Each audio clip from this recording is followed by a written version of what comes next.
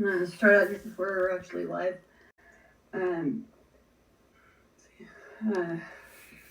Hello and welcome to Nutrition Equity, the podcast that brings you insights and stories of people who are fighting for better access to medical nutrition. I am Joanna, and I'm your host and a medical nutrition advocate. I believe that everyone deserves to have the nutrition they need and to live a healthy, happy, and productive life, regardless of their income or their insurance status. Let's see.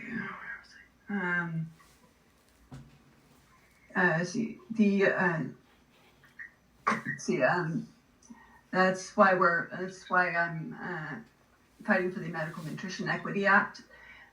This is a bill that would provide medical food formula and vitamins.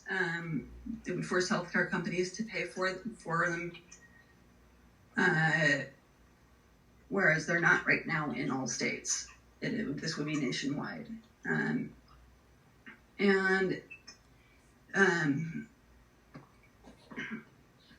The bill does. It's a bill that would provide, would mandate health insurance companies to cover the cost of medical foods, formula, and vitamins for certain digestive and metabolic disorders, as I just said. September is Newborn Screening Awareness Month, and in this episode, we will be highlighting conditions. A condition that is both detected on the newborn screening and is covered by the Medical Nutrition Equity Act. Newborn screening is a vital public health program that tests babies for serious but treatable conditions at birth by a heel prick. Early detection and treatment can prevent lifelong complications and disabilities.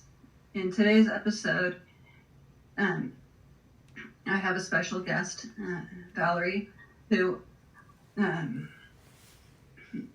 is a parent of a young adult with classical homocystinuria, or HCU. HCU is a rare genetic disorder that causes buildup of an amino acid called methionine in the body, in both the blood and the urine, which with patients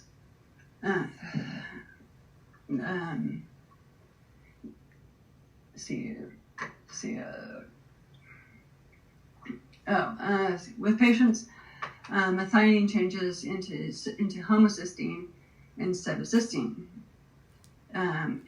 So a double dose, one from each parent. And it's going to cause heart attacks, strokes, pulmonary embolisms. There's problems with skeletal issues and hair loss and all kinds of stuff. HCU can be treated with low protein diet, vitamin B6 in some cases, betaine, and a medical formula that has all the amino acids except methionine in it. Sadly, Valerie's child was missed during newborn screening and wasn't diagnosed till she was 12. As a result of late diagnosis, she had some strokes in utero or at birth, and which caused learning disabilities and other challenges. Valerie will share her family's journey with HCU and how they cope with the medical and financial burdens of the condition, and why they support the Medical Nutrition Equity Act. Thank you for joining us on Nutrition Equity. Let's dive in. Thank you, Joanna. Sure. Let's see. How did you find out that Summer is your child's name? Yes. Yeah. How did you find out Summer had HCU? I will say that from the beginning, I had a mother's instinct that something was not right. Upon birth, she seemed typical. Well, I should rewind back. She was 10 weeks early, and she was born at only 1.5 pounds. She spent the first 2 months in the NICU, and while she was in the NICU, the doctors would say, she doesn't really have a lot of energy. We have to give her a little caffeine to kind of perk her up.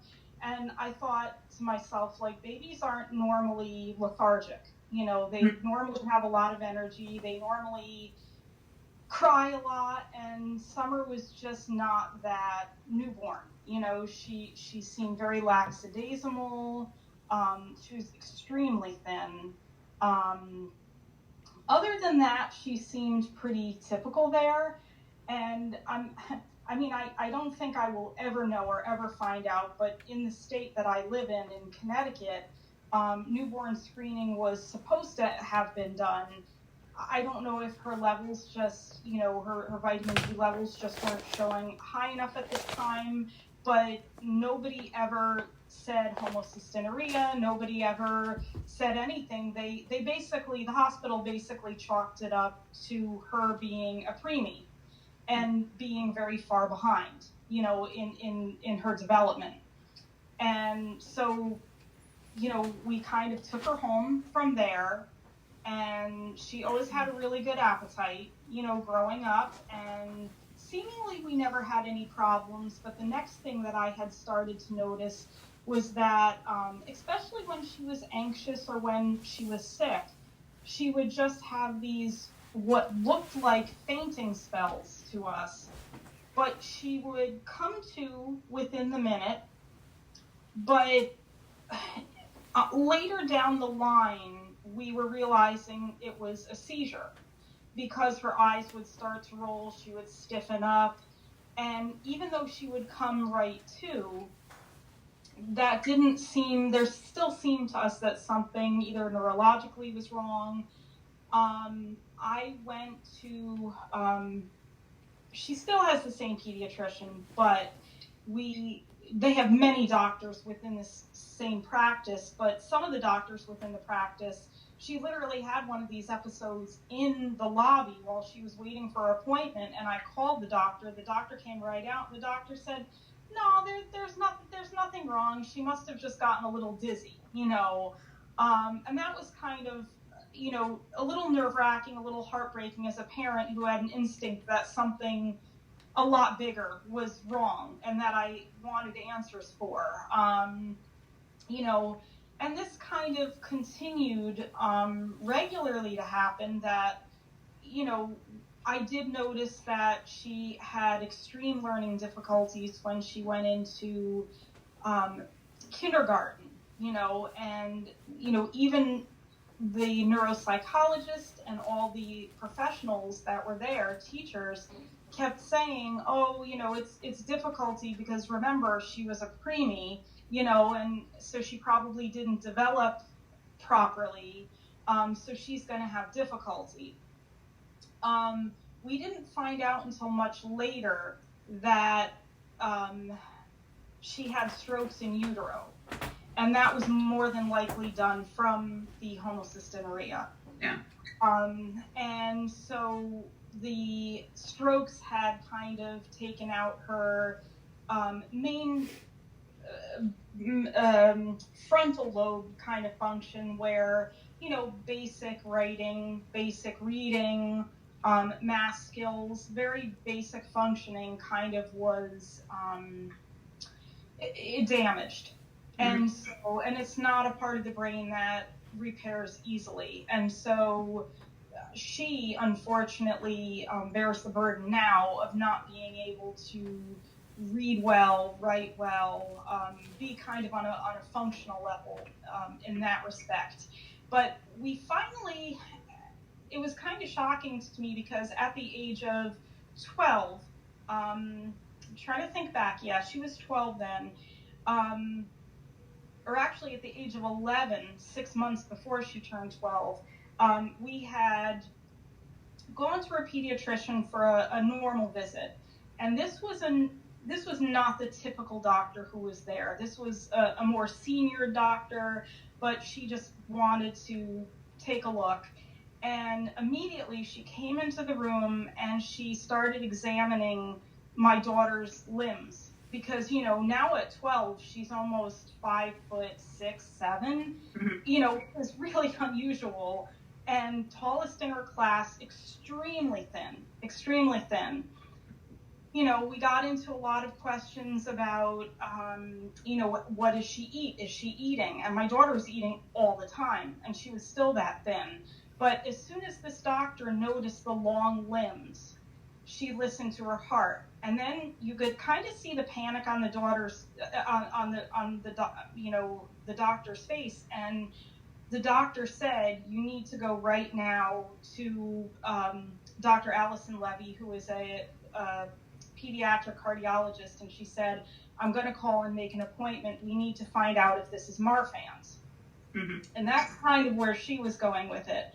But it was a little annoying to me. I was grateful that she had noticed. But at the same time, I was a little annoyed that it took so long.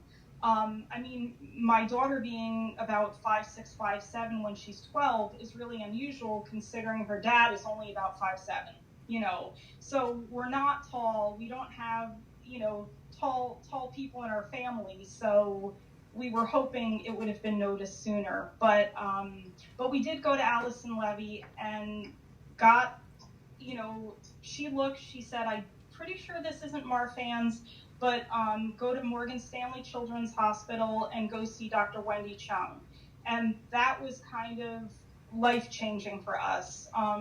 Not only was Dr. Chung the kind of caring and compassionate doctor, she listened, she understood what we were going through, what we were going to go through as a family, and what we needed to do. And she took blood tests from my daughter, and she took blood tests from both her father and I. And within 4 months, she came back. She said, your daughter has homocystinuria, and you and your husband are the carriers of that gene, even though you don't have it.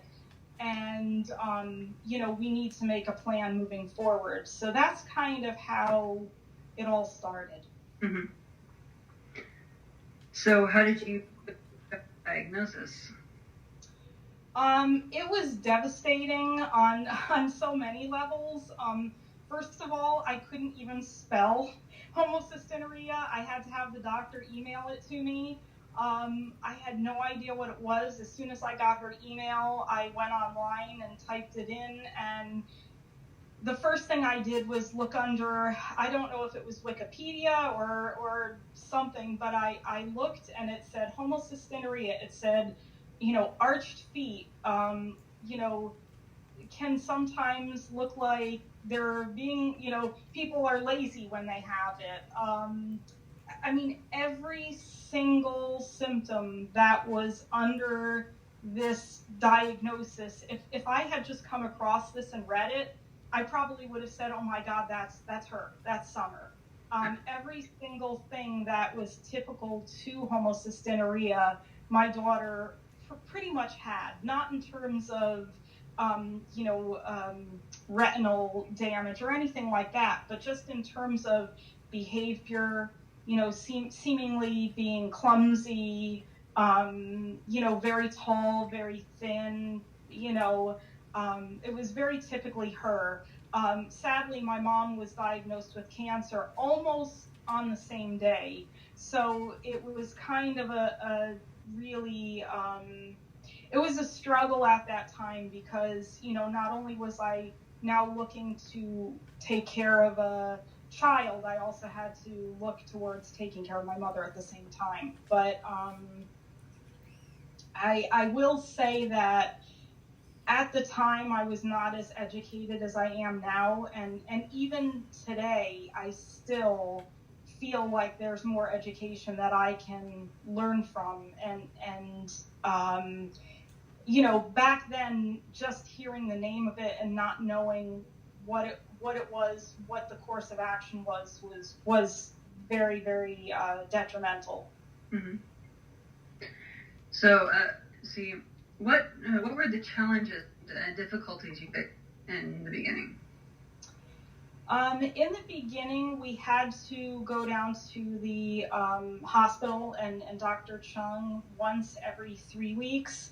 That was detrimental only because I had a very hectic work schedule. I had to take summer out of school. It was, for us, we live in Connecticut and we had to travel down to New York, so it really kind of impacted, her school schedule and social activities and my work. But beyond that, I think there was this huge learning curve that Dr. Chung had given us. And she's kind of like, okay, well, after, looking at the blood tests, your daughter needs to go on vitamin B6, vitamin B12, folic acid. We need to do this, and we need to, get a team of doctors in place. We need the neurologist because clearly she's having seizures, and we need a nephrologist because her blood pressure is very high. And, in the end of all that, we ended up having a team of 9 doctors from New York Presbyterian. It wasn't really that hard because she was recommending, and I just kind of had to place the calls. But now, not only did we have, the appointment once every 3 weeks, we had an appointment with all the other doctors. And so it was very time consuming, and it was very daunting. And I felt like for a long time, the doctors were just kind of talking at me, and they really weren't. They were trying to give me information, but there was only so much information that I could absorb at the time and really kind of digest and say, okay, this is a plan, like now we have a plan moving forward. So it took a lot of time to really learn what homocystinuria was, how it impacts her, how I can create this team moving forward. The one good thing was that the genetics team came with a social worker, a nutritionist.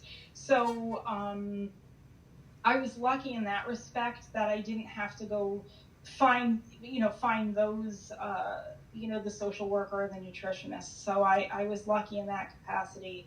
But I will say there was a huge learning curve. And then not only on the medical side, but then for me, I started to kind of understand that, okay, now because she has homocystinuria and she already had learning difficulties, are there going to be more learning difficulties moving forward? As time went on, and she did have more learning difficulties, and probably because of her learning abilities and her getting older and teachers expecting more from her, that was significantly harder. Every time we had to do a blood test, every few weeks, if her blood results didn't come down, well,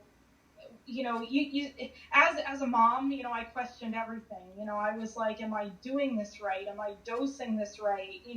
One of the things that we had to get was cysteine, and it just came in this like really big pouch, and I had to sit there and figure out exactly what the dose, they would tell me, okay, she needs 2,500 milligrams, but what does that mean when you just get a big package in the mail and things aren't dosed out? Mm-hmm. It's not like someone's saying, okay, you take 2 Tylenol every day, and Yeah.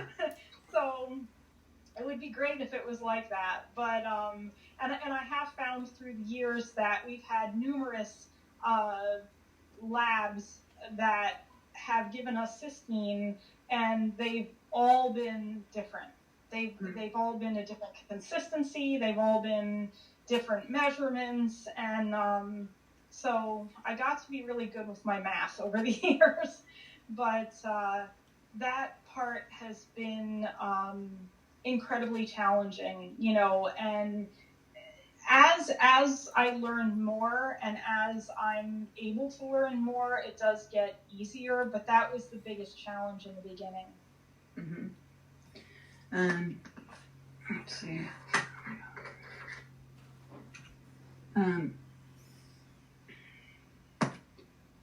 Let's see. How do you manage your child's diet and medications? We went over part of that just now. What are the sources of support and information you rely on? Well, for diet, I mean, for medicines, I've got it down to, she's got her morning medicines, she's got her evening medicines. She would not be able to dose them out, even though she's 18 now. So that's something that I still have to do. She sometimes will spill medicine, and that makes it tricky because I can't give her any more, because I don't know what she's spilled. Diet is even trickier. It's even though the state of Connecticut mandates that we receive medical food and that insurance pays for that medical food, that can be a struggle. And I recently started a new job, and so every time I'm in a new job or my job changes insurance, I feel like I kind of have to go through that struggle all over again. And I know we're going to talk about the Medical Act and insurance later. But for right now, I try to do my best where, I know you have, a site for recipes, that you do recipes. Right. I know the HCU. Yeah, I know the HCU network has Amber who comes on. She does recipes, so I do rely on those. I do look at Cambric Foods. It's a bit pricey for me, but I do when I can. There are certain staples that she does like, and I will order them. Mm-hmm. But I do a lot of the times go to the grocery store, and I know. And I wish I could remember which site it was. I have it printed out, but I think there are a few sites who actually online have low protein food lists that list low protein foods at grocery stores. And it does change, and I usually use those. But I primarily, the nutritionist at New York Presbyterian, she's the one who kind of said to me, okay, you can have 20, proteins every day, 20 grams of protein every day, go by that. And so in the very beginning with my daughter, I would have to really sit and map out exactly what she was going to eat every day, because the challenge for me was she was always hungry. And so it wasn't just breakfast, lunch, dinner. I had to make sure she had snacks. I had to make sure, she wasn't going to get hungry at school. There was an episode once where she got hungry at school, and the woman there, the teacher, thought, she didn't realize, but she gave her a hot dog, and she had a really bad reaction to it for whatever reason. But, having to kind of go through every day and write down what she's eating, how many grams of protein has in it, and coming up to that magic number was a real trick in the beginning. Now it's a lot easier because she's been doing it for many years now, at least 5 years. So we've kind of gotten into the groove. We still are in the process of trying to learn new recipes. And my daughter has a very distinctive palate. There are a lot of foods she doesn't like to eat. You know, mushrooms would be great for her, but she doesn't like mushrooms. And so, you know, things like hummus might be okay, but she doesn't like hummus. So that makes it really, really tricky with the diet. But all I know is that we have to, in a given day, come up with that magic number of grams of protein that we're going to need. So, yeah. Have you tried Amber's hummus, the cauliflower hummus? I have not. Good stuff. Yeah, I was gonna say I'm a big hummus person, so I'm always trying to get her to try hummus and try and, you know, eat things. I happen to have I'm very lucky. I happen to have a part-time job with a caterer, and he is very, very sympathetic to my daughter's needs. And it's kind of an amazing gift, because he will take something like a zucchini, which she says she vows she will never eat, and he turns it into something that she can't get enough of. So I wish I had that skill. Yeah.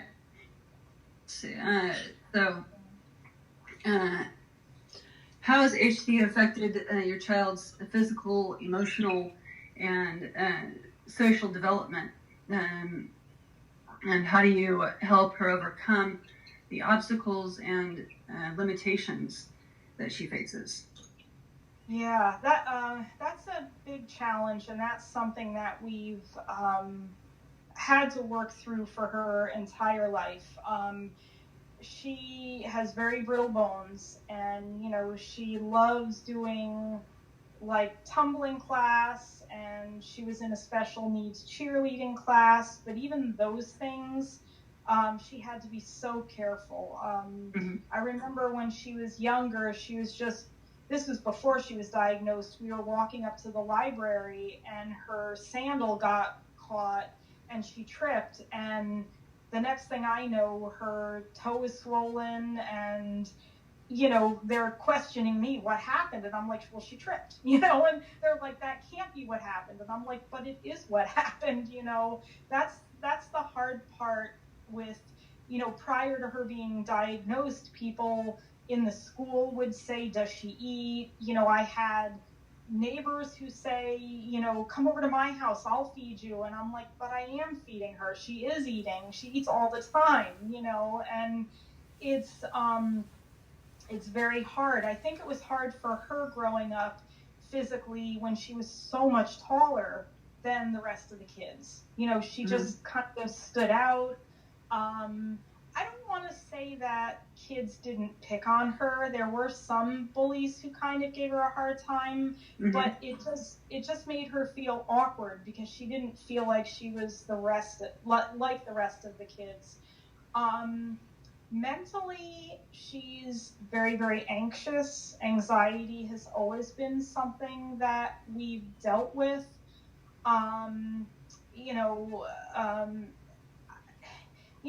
We've kind of had, you know, social workers and other people talk to her and try and get her to feel better about things. In new situations, she's extremely, extremely anxious. But it's been really hard. The one thing that we were able to do is a few years ago on her birthday, we found a little beagle. And she really connected with this dog. And I was like, you know, not that I need another thing to kind of worry about and take care of, but we actually did get this dog for her, and it was the best thing that we've ever done. Whenever she's anxious or upset, this dog comes and sits right next to her. And we did have an incident once where we were living in an apartment for a few months, and this dog, there was a fire in an apartment 2 doors down from us, and we were told to stay put. And the dog literally, my daughter went into a panic attack, and the dog literally came and sat down on her lap, like, stay put. I don't know how the dog instinctively knew. But the dog has really been kind of a godsend for us. She also gives her a lot of, attention, a lot of entertainment. She can take her for walks. She gets, up and moving. So that's been really beneficial to us in so many ways. I mean, I think it's always going to be a challenge. I think my daughter's always going to be anxious. She just recently graduated high school, and now we're looking at, volunteer opportunities, job opportunities, just to kind of get her out of the house, and that's kind of caused its own, its own anxiety. Socially, I think that's the biggest obstacle. Throughout school, she didn't really ever have many friends because, the kids were always more physical than her. They were faster. They just related differently. My daughter, because of the, her special needs, she moved at a much slower pace. She couldn't do a lot of the things that the other kids were doing. Whenever they had field day, she was having trouble keeping up with the rest of the kids. It was hard for her to run. She couldn't play. She doesn't really like dodgeball, but she couldn't do things like that because if the ball hit her, things like that. So that's been really tough. She does have two really close friends, whom she's with now, just because she's a little camera shy. But she does have two friends who also have disabilities, and she seems to be paired really well with them. So I try and get her to, have social time as much as possible. I try to look for, other outlets and recreational opportunities. Sadly, when COVID hit, a lot of the opportunities we previously had were kind of lost. They don't have the special needs tumbling anymore. They don't have the special needs cheerleading team anymore. And those were the kinds of things that made her feel included and made her feel like she accomplished something. So I'm keeping my eyes out for things, and hopefully opportunities will come again soon. Let's see. How do you allocate for your child's needs in school, work, society? What are some of the barriers and gaps that you would encounter accessing quality care and services for your child? My biggest obstacle since day one has been with the school system. We are with the public school system, and for a typical kid, the public school system is great. My public school system did not have the resources that Summer needed. In the very beginning, there was a lack of understanding of possibly what she had. Everybody kept chalking it up to, well, she was a preemie. You don't need any further testing because, the neuropsychologist looked at her and said, she was a preemie, she had strokes as a child, and, we have to move on from there, and we'll have a paraprofessional in the room for her, and that's what we can offer. But it didn't really fit her needs when she felt so inhibited being in a room with 25 kids or 30 kids. She was always very distracted by that. She really did very well in very small groups and one-on-one. But, again, with our public school system, it was very large classes. Again, a lot of kids who didn't have disabilities like her or disabilities at all. I think her preschool was the only one that maybe had, two kids that had disabilities, but they were not like hers. So even that was very difficult. School always, again, learning was always very difficult, and I kind of felt like the school just kind of pushed her through, and I had to keep and continue advocating for her. When COVID hit, everybody went remote, and she seemed to like being remote because to her it felt like there was a one-on-one. Excuse me, sorry, getting some water. No. To her it felt like everything was one-on-one because it was her and the teacher on the other side of the screen. Mm-hmm. I was lucky enough to find a school advocate for her who advocated to get a homebound tutor for her, and that changed the whole game for her.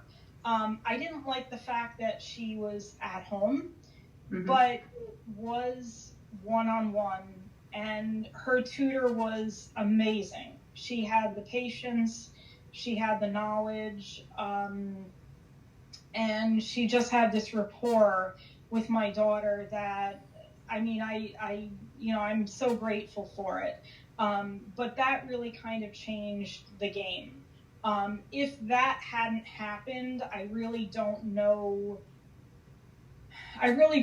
what would have happened. I mean, even to this day with the school system, because she's technically gets services through them until she's 22, through the age of 21.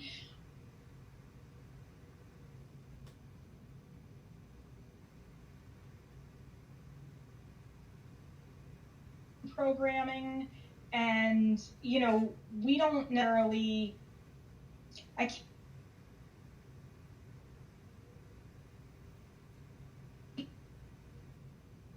daughter wants to do is nowhere near public transportation, and she can't drive. She's never going to have that skill.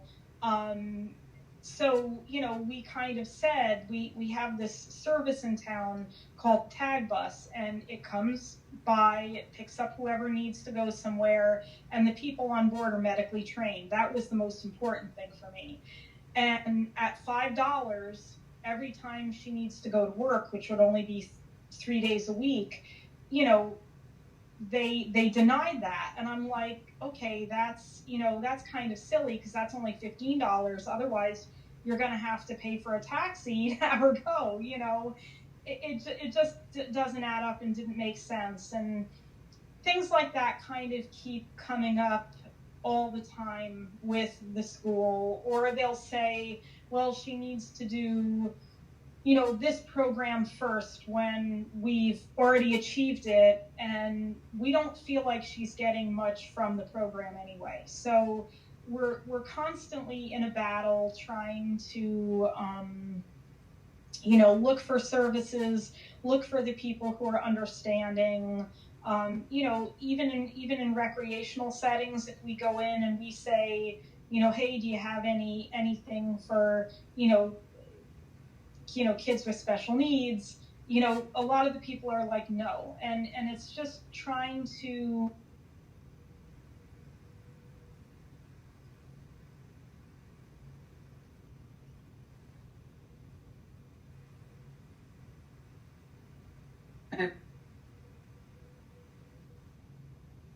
I'm losing you.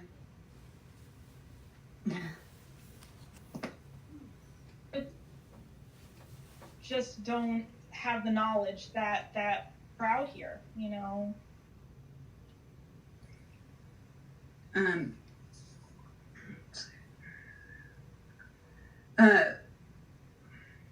Why do you support the Medical Nutrition Equity Act, and how would it benefit your child and other people with HCU?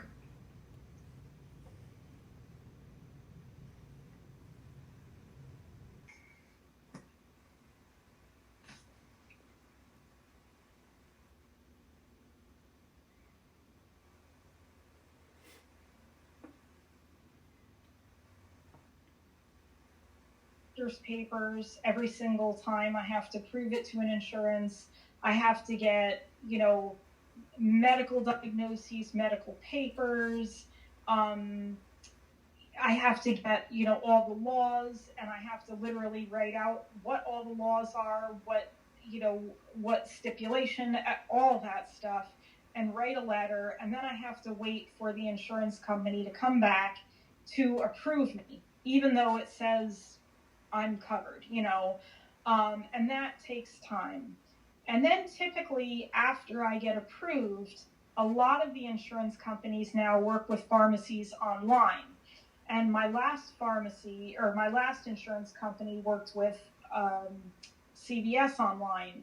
And so they said, instead of saying to me, okay, you can, you know, order Cambrook food and we'll reimburse you, they said, oh, well, let me reach out to CVS and see what they have.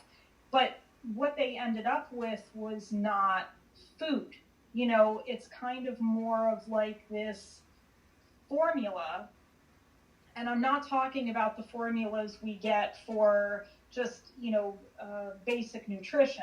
This is like, you know, it's, I don't want to call it oatmeal, but it's kind of like, you know, add some water to it and it looks like, you know, grits or something like that. And they expect her, you know, they expect that that's going to cover breakfast, lunch, and dinner and snack. And it doesn't. No. And so that's the part where I have to really get into the fight with, you know, the insurance companies and say, look, you know, even if there's a stipulation per month of, which there shouldn't be, but even if there's a stipulation per month of what I can spend and you reimburse me, I need to get actual food, you know, Cambrook food, Violife, whatever it is, I need to be able to do that. And that's been really critical, and it's been so hard, which is another reason why sometimes when I am in a fight with an insurance company, and like I said, I do have a new one now, I have to just rely on, you know, the low protein foods from the grocery store. But it is really, I think, critical, the Nutrition, you know, Medical Equity Act. I really think it's critical for everybody's well-being, to be able to receive this food, to ensure that, you know, we are all in good, healthy standing as we grow older. Let's see. Oh, why do you support? What are your hopes and dreams for your child, and for your child's future? What are some of the achievements or milestones you're proud of? Oh gosh. I mean, I think just for the fact that I've gotten this far with her, I don't want to call it a miracle, but we've had to work through so many logistics and so many emotions and so many growing pains, you know, for the both of us, or for all of us, that, you know, milestones for us are, you know, the wonderful people that we've met, you know, along the way. Danae of the HCU network has helped us incredibly. The team of doctors that we've had have helped us incredibly. We have this wonderful social worker at New York Presbyterian, and she has helped us immensely in terms of finding, you know, grants for us for medicines and medical food. And so in that respect, we've been very blessed.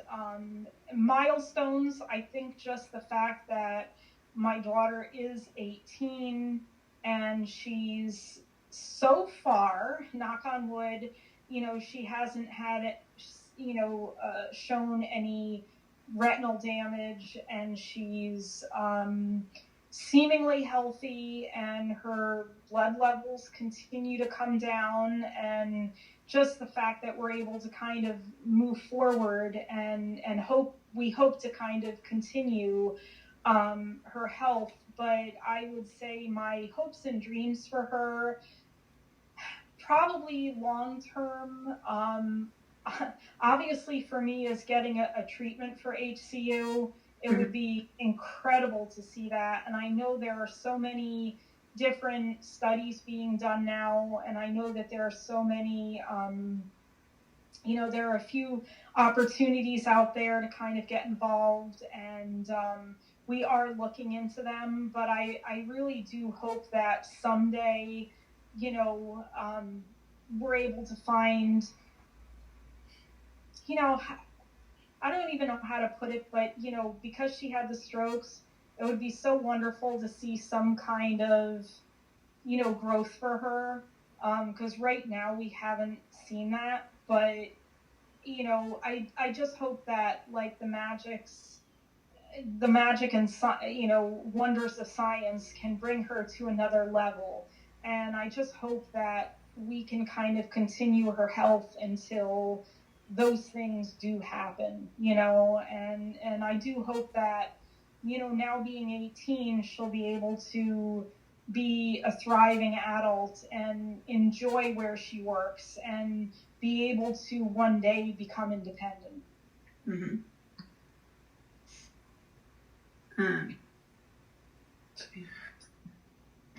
So that's all for today.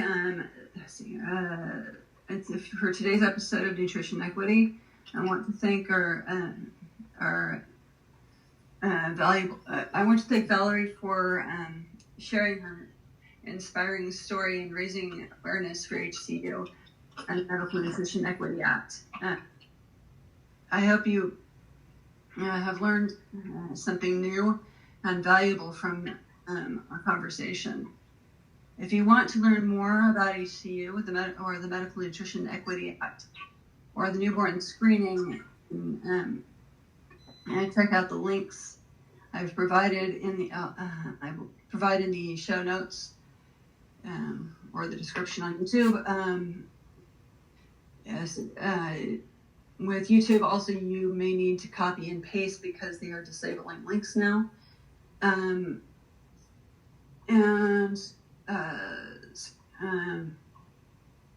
If you see,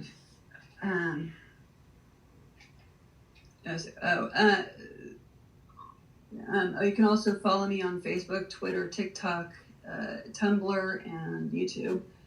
I am at Rare Chef on YouTube, Twitter. I'm Josie1971, Jotsey. It's rare_chef also.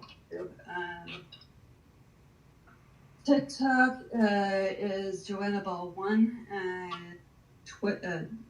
Twitter, I just mentioned. Facebook, I'm Joanna B. Now, Lee. And then,